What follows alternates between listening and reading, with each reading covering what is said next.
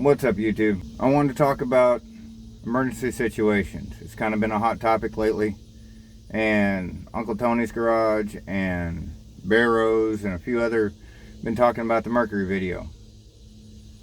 I'm sitting out here in Mighty Mouse today. I want to talk to you a situation I had last week with my throttle sticking. Now, what the root cause was there was an electrical issue. The ground for the battery was hooked up to the same spot where the throttle cable comes out of the firewall, and it heated the cable up, which melted the inside of it. I think they have plastic or something inside to help cable run back and forth through the sleeve. It melted that, which was making the cable get caught, and it locked the cable up.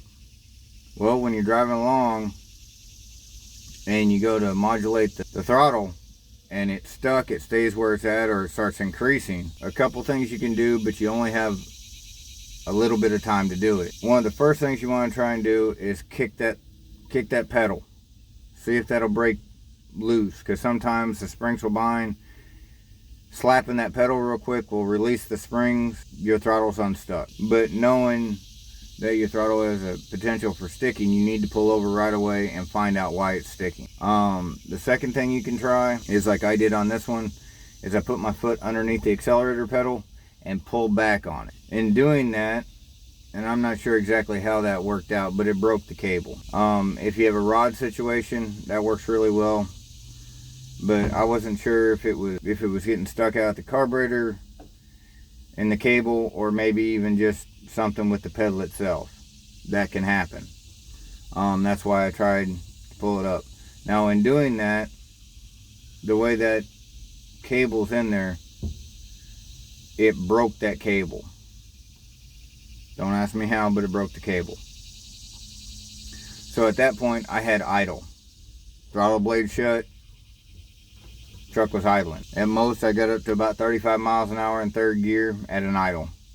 The thing is when you do have a throttle sticking issue, you don't need to drive the vehicle with the throttle stuck. That's just stupid. But if kicking the throttle and trying to pull the accelerator pedal up doesn't work, you need to turn off the key. No, don't put it back to lock, because then you don't have any steering, but just turn it to off. You know, we're figuring that your brakes are still good, but you need to get that fire away from the engine if you can't get that throttle unstuck. And I'm talking, you're in like a 2 to 3 second window. Throttle stuck, tap it, doesn't work. Tap it again, doesn't work. Try and pull the accelerator pedal back, doesn't work. Cut it off. You're done. Pull it over, get the car towed home. Unless you can fix it there on the side of the road. Don't try and get yourself in a dangerous situation with the throttle sticking. My other takeaway from it, seemed like the guy tried to do everything right, but one of the key things that stuck out to me is the car had harnesses in it. They didn't put their harnesses on. If you think a car warrants harnesses, wear your harness. If you're in a vehicle with seat belts, wear your seat belt.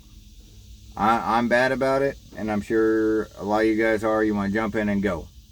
But that's not the safest thing. It's up to you if you want to wear your seatbelt or not. But remember, more people die at 12 miles an hour without their seatbelt on than they die at 50 miles an hour with their seatbelt on. Words to think about. And like I said, I'm not the best about putting my seatbelt on. But that's my choice. I understand the ramifications of not wearing my seatbelt if I get into an accident, or if a cop sees me and gives me a $50 ticket for not wearing my seatbelt.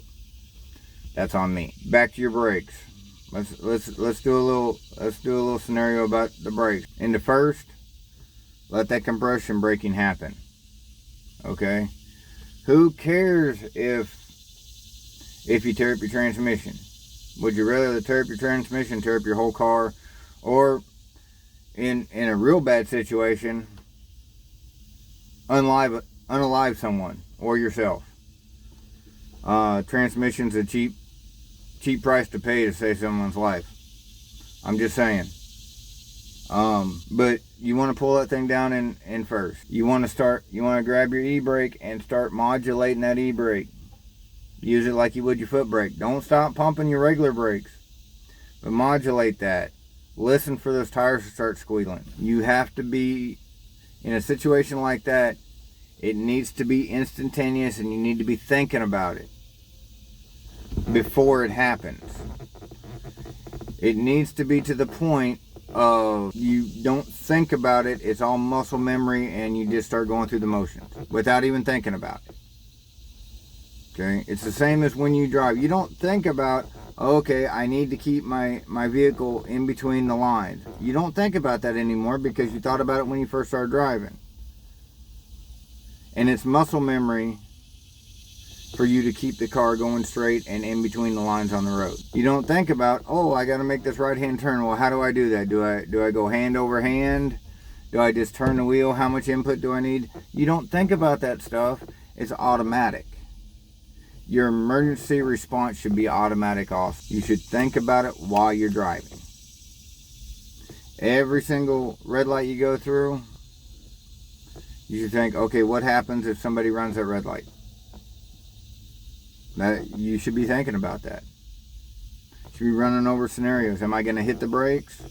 Do I need to accelerate? Depending on where I'm at in that intersection, should I accelerate and try and get past him so he can go behind me?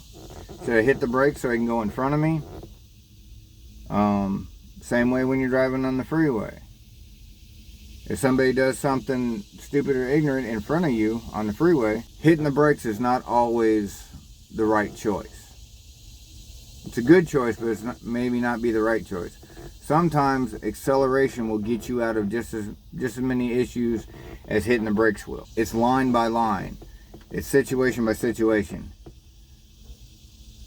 You have to know what situation you're in. You have to think about it. You have to see it out, and you have to go. When maybe this video or some of these other videos will get somebody to where they won't destroy their vehicle. They'll be able to avoid an accident. So that's all I'm going to say on this subject. So you all have a good one, and take it easy.